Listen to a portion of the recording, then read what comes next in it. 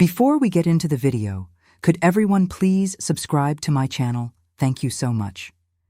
She stood in the doorway of the kitchen, arms crossed, expression tight. I had just taken the lasagna out of the oven, her favorite, and set the plates down like I always did on Sundays. It was our ritual, or at least it used to be. "I'm not hungry," Selena said, her tone sharp and final. I looked up, confused but calm. "Did something happen?" She shrugged, avoiding eye contact. "No, I just think I'll start eating dinner with Mom from now on, once I move in with her." The fork slipped from my hand. It clattered against the plate, a sound louder than it had any right to be. "You're moving in with Elra." I kept my voice steady, though I felt my stomach sink. "When I turned 18, she said, it's legal then. And I don't think this setup makes sense anymore." My throat tightened. "What setup?" She looked right at me, then jaw set, voice cold. "You're not my real mother, Maris." It took me a second to breathe. I thought I misheard her, but the words just sat there between us, heavy and loud, louder than anything she'd ever said to me before. "I mean biologically," she added, as if softening the phrasing made it any less brutal. "Dante gets me. Mom believes in what I want. They're not trying to force college down my throat. They want to help me build my brand." Her words came fast, practiced, like she'd rehearsed them in her head all weekend. She mentioned the Maserati rides, the Instagram reels, said I had natural energy, and Dante's plan to turn her into a teen wellness influencer. I listened. That's all I did. I didn't interrupt. I didn't cry. I just looked at the girl I had raised for 9 years and tried to find some piece of the child I knew. There was none. When she finished, she gave a small, dismissive smile. "I just thought you should know." I nodded once quietly. Then I reached across the table, turned off the oven, and said, "Thank you for being honest. I'll make some decisions tonight, too." She blinked, surprised by my calm, but I'd already turned away, gathering plates that no longer had anyone to eat from them. I didn't sleep that night. Instead, I made a list: school, car, fund, responsibilities. By morning, I was ready. The first night, Era didn't come home. Selena was 5. I remember sitting on the edge of her twin bed, brushing her curls back while she tried to understand why her mother hadn't said goodnight. I told her Era had to go somewhere important, that she'd be back in the morning. I didn't believe it, but Selena needed to. She didn't come back the next morning or the one after that. By the time the custody papers were signed, I was already 3 states away, living in a studio apartment with a man named Paul, who sold supplements out of the back of a CrossFit gym. I didn't fight for visitation, didn't ask for weekends. My attorney submitted one sentence: "My client does not wish to pursue custody at this time." That's how it began. Not with drama or screaming or court battles, just silence. I didn't plan to become a mother. I had just turned 30 and was 2 years into a demanding project engineering role at a firm downtown. My life was spreadsheets, hard hats, and deadlines. But Selena became mine the moment her world cracked open and I stepped in. Not because I had to, but because no one else would. I didn't have much. I lived in a 2-bedroom rental and drove an old Ford that wheezed on hills. But I made it work. I found a secondhand piano for her music lessons. When she had nightmares, I curled up beside her. Even when I had a 6 a.m. site meeting, every time she said, "Mommy," I never corrected her. Private school wasn't in the plan. But after a 5th-grade teacher told her she wasn't leadership material, I toured 6 campuses until I found one where the girls raised their hands without fear. I refinanced my car, took freelance permitting jobs on weekends, and enrolled her at St. Ren's at $27,000 a year. There were no vacations. I skipped dental cleanings and haircuts, sometimes meals. But she had what she needed: summer camps, birthday parties, the car she wanted at 16. I said yes to things I couldn't always afford because I wanted her to feel chosen. She never asked where Elra was. Not really, and I never brought it up. I thought we had a rhythm, unspoken but secure. Until last night, until that sentence, "I'm not your real mother." And now, as I stare at her untouched plate and the cold lasagna, I realize there's one more sacrifice left to make. One that won't come with a thank you. One that might be the hardest of them all. It reappeared like a storm that had been building for years and finally decided to arrive on a sunny day. Her entrance wasn't subtle. It was a white Maserati with red leather seats and tinted windows parked outside my house like a declaration of superiority. Selena came back from that first weekend glowing. She had a fresh manicure, a new leather tote bag, and 1,000 new words for what I was doing wrong. Mom said, "You don't really support me," she said on Monday morning, her voice breezy like she was talking about the weather. She says I should be building my brand now, not wasting time on algebra and essays. I kept my hands still as I poured her orange juice. "Your brand?" "I could be an ambassador by next month. Dante knows people in wellness circles. They said I have natural magnetism." Dante, the boyfriend, a 40-something man with veneers too bright for winter and a handshake like a soft apology. He had introduced himself at pickup last week by complimenting my landscaping and suggesting we collaborate on an outdoor content shoot with Selena. I declined. Selena started coming home later. Her bedroom, once filled with books and watercolor sketches, now had a ring light and boxes of PR samples. She stopped talking about college. She stopped asking me to review her essays. And then while we sat in the car outside the grocery store, she said it. She began looking out the window. "Elijah just gets me. She listens. She doesn't judge every idea I have. She actually believes in what I want to do." I didn't say anything. I just kept my eyes on the cart corral in the parking lot. She's my mom, my real mom. It didn't come with venom. That's what made it worse. It came like a fact she had finally accepted, one she expected me to agree with. I nodded slowly because there was nothing else to do, because no fight I picked would bring her back from wherever she was already standing. When we got home, I watched her walk into the house with her tote bag slung high on her shoulder like armor. I sat in the car a few moments longer and thought about everything I had built for her. Then I went inside, opened my laptop, and began drafting the emails I would send the next morning. I waited until Monday morning. Selena was halfway through her cereal, scrolling on her phone when I slid the envelope across the table. She didn't look up right away. "What's this?" she asked, still tapping her screen. "Withdrawal forms. From Lakeside. I've already spoken to the administration. You'll have 5 school days before they remove you from the roster." Her spoon clinked against the bowl. "What are you talking about?" "I'm terminating your enrollment," I said, my voice even effective this week. She blinked like I was speaking a language she didn't recognize. "You can't just—" "Mom said I'm staying through senior year. Era isn't paying the tuition. I am. And now I'm not." I stood up, walked to the counter, and retrieved the spare keys to the BMW. I placed them gently on the table. "You'll leave the car parked in the garage this week. I've scheduled a pickup with the dealer for Friday." Her voice rose. "You're selling my car. It's under my name. I'm reclaiming it. You can't be serious." "I'm completely serious." She stood, chair screeching against the floor. "This is because of what I said. You're punishing me."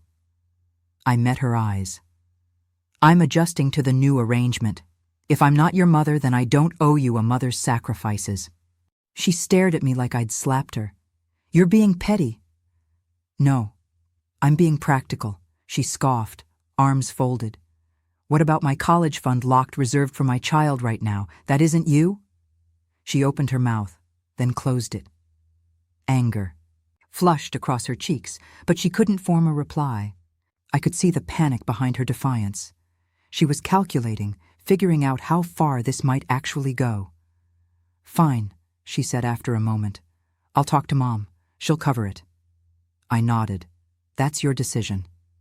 She stormed out, slamming her bedroom door behind her. I heard drawers opening and closing, the unmistakable chaos of someone trying to reassert control over a situation they never expected to lose. I sat down and finished my coffee. That afternoon, I called my bank and redirected the auto insurance. I listed the car online. I updated my budgeting spreadsheet, reclassified the college savings under pending. The numbers didn't make me feel better, but they steadied me. At dinner, the silence between us was so sharp, I didn't bother filling it. The next morning, the school called. She hadn't shown up. It started with a caption under a heavily filtered photo of Selena staring out a cafe window. "Not all wounds leave bruises. Sometimes the worst pain comes from the people who raise you." I didn't even see it at first. One of my coworkers forwarded it to me with a concerned message. "Is everything okay at home?" Within hours, the post had nearly 200 likes and a cascade of supportive comments. Some from kids at Lakeside, others from strangers. Sending love. You're so brave for speaking your truth. And then buried in the replies, she never deserved that woman anyway. That woman, me, I didn't respond. Not on Instagram, not by text, but I took screenshots of everything, every edit, every reply. I copied the post into a folder on my desktop labeled for records. By evening, the messages started rolling in. Elra called first. I let it go to voicemail. Then came the texts, 47 of them, in less than 3 hours. You've traumatized my daughter. You're emotionally abusive. My cousin says what you're doing is illegal. You can't just abandon her like this. You're sick. She's a child. You'll be hearing from our lawyer. I didn't respond to any of it except once. If you believe you have a legal claim, feel free to pursue it. She didn't like that.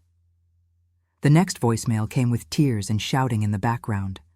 Elra was screaming that I was destroying Selena's future, that Dante couldn't possibly afford the tuition, and that I was bitter, controlling, and jealous. I muted her number and forwarded everything to my friend Naomi, who's an attorney. She told me to keep doing what I was doing, document, stay quiet, and don't escalate. The worst part wasn't the messages, it was the way our extended family began to divide. My cousin Lena messaged me, I don't know what's going on, but if Selena needs a place to stay, we have a guest room. My aunt posted something vague on Facebook about people who think money makes them a parent. It got 5 likes. I knew who it was aimed at, but for every passive jab, there was someone else who saw through it. My brother Alan texted, she's spiraling. Just keep your head down. You did everything for that kid. I went to bed that night, exhausted, but strangely clear.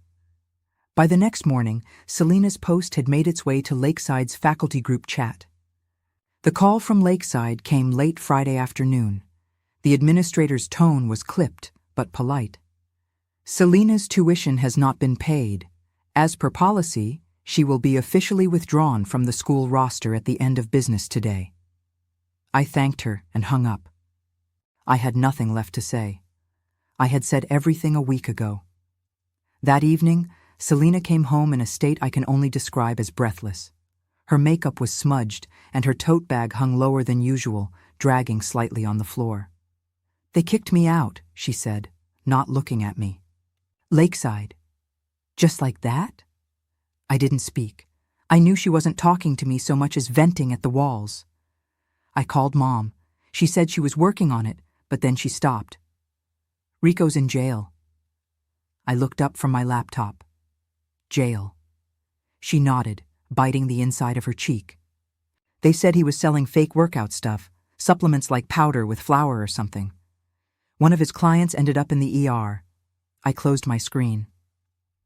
I didn't say I told you so. I didn't say anything because humiliation was already peeling the shine off everything she had clung to. By Monday, she was enrolled at Prescott High, the closest public school in our district. Her first day back in a shared cafeteria was a blow she didn't see coming. Curated uniform, no luxury lunch delivery, just a plastic tray, an underfunded guidance office, and kids who didn't care who she used to be. That evening, I heard her crying in the bathroom. She didn't speak to me over dinner. She didn't need to. I could see it written all over her. How quickly she stopped returning texts. How none of her influencer followers offered help. How no one from Lakeside even asked where she went. She'd spent years crafting a version of herself wrapped in boutique brands, extracurriculars, and curated photos. Now she was standing in a crowded hallway with kids who saw right through it all. At night, I heard her scrolling her phone, but the usual ping of notifications was gone. Silence has a sound when you're used to being watched. The car had been picked up that morning. I heard her watching from her bedroom window, but she never came out. By Thursday, she stopped posting entirely. I found it on my nightstand after work, folded once, no envelope, her handwriting just slightly uneven, like her hand had shaken. Mom. I sat down on the edge of the bed before reading the rest. I don't know how to say this out loud, so I'm writing instead. I know I said some awful things. I know I tried to make you the villain because it made things easier. Filled my head with so many ideas. How I was being held back, how you didn't understand me, how I could have more. I believed her. I wanted to believe her because it made me feel like I didn't have to try so hard anymore, like I could just skip the hard work and be someone important. I didn't see what I was trading. You never made promises. You just showed up over and over every time. I didn't get that until it stopped. I don't care about Lakeside. I don't care about the car. I don't even care if you never trust me again. But I do care about you. I miss you. Not the stuff, not a school, you. I just want you to be my mom again, if you still want to. There was no signature, just that last line trailing off into white space like she'd run out of air. I read it twice. Then I folded it and placed it inside the drawer without a word. That night, I didn't knock on her door. I didn't leave a note in return. I didn't send a text. Some lessons need silence to settle, and some apologies have to float in the dark before they're answered. The next morning, she sat across from me at the table, quiet. Her eyes were swollen. She didn't touch her toast. Neither of us said anything, but for the first time in weeks, she didn't look through me. She looked at me, and in that look, there was something close to waiting. We sat on the back porch, Sunday morning mugs of tea between us, steam curling into the cool air. She hadn't asked to talk, but when I sat down, she followed. That felt like enough of a beginning. I read your note, I said. She nodded, eyes down. I meant it, I know. We sat for a while in the hush of the yard. No demands, no accusations, just the tension of two people who had circled each other too long without speaking what needed to be said. I can't pretend none of it happened, I said. But I'm willing to start again with conditions. Her eyes lifted to mine, cautious but open. You'll need to get a part-time job, weekends or afternoons. Something to teach you what it means to earn the things you want. She nodded. You'll also need to maintain at least a 3.5 GPA if you want any part of that college fund to remain an option. Another nod, a bit slower. And the most important one, respect. That means no shouting, no undermining, no entitlement. You don't have to agree with me, but you do have to treat this house and me with decency. This time, she swallowed hard before answering. Okay, I mean it, Selena. Trust doesn't reset with an apology. It rebuilds with time. I understand, she said. Her voice wasn't small. It was clear in that way truth sometimes is. I don't expect you to trust me yet. I looked at her for a long moment, but I want to. She smiled just a little. There's this girl at Prescott, she said after a pause. Naomi, she's in my AP Lit class. She saw my Instagram post before I deleted it and told me I sounded like a spoiled brat. I raised an eyebrow. She wasn't mean about it, just honest. She said, if your mom gave you everything and you threw it away for aesthetics, that's on you. Then she lent me her notes. Sounds like someone worth knowing. She is, Selena said. She's different. Real. I nodded and reached for my mug again. So are you. She didn't say anything back, just sat there beside me, wrapped in her sweatshirt, staring out at the fence, like maybe for the first time in a long time, she saw the edge of something and wanted to stay inside it. That afternoon, she offered to make dinner. The eggs were rubbery and the toast was burned, but she set the plate down in front of me like she was serving something precious. I didn't know you liked your bacon crispy, she said, sliding into the seat across from me, cheeks flushed. I didn't know you were learning to cook, I answered. She shrugged, trying. We ate in silence, but it was the kind that didn't need filling. No tension, no shame, just the quiet rhythm of two people figuring each other out again. In the weeks since our talk, Selena had stayed off social media. She deleted her influencer pages, archived the photos, and stopped counting likes. Instead, she started collecting community college brochures and asking about used cars. She'd picked up a weekend shift at the bakery 2 blocks down. Naomi helped her fill out FAFSA forms on a Saturday afternoon. I watched her move through these small adult steps with a kind of cautious pride. I didn't celebrate everything aloud. I didn't want her chasing praise. But I noticed sometimes at night I still heard her crying. Not often. Just enough to remind me that rebuilding comes with splinters. But she never cried over Era anymore, not once. Elra, for her part, posted a story last week with a picture of a sunset and the words, "Some people will use your love until it breaks you. Rise." Anyway, Rico was facing 3 years minimum for supplement fraud. Selena hadn't asked about either of them since the day she showed me her new work schedule. She'd made her choice. I didn't feel like I'd won anything. There was no victory in watching a child fall apart. But I had stopped losing pieces of myself trying to be someone I wasn't asked to be. Now we were just here. Me, this burnt breakfast, and a quiet Sunday. She looked up from her plate. "Do you want tea?" "Sure." She got up and filled the kettle. And for the first time in a long time, I didn't wonder if she'd come back to me. She already had.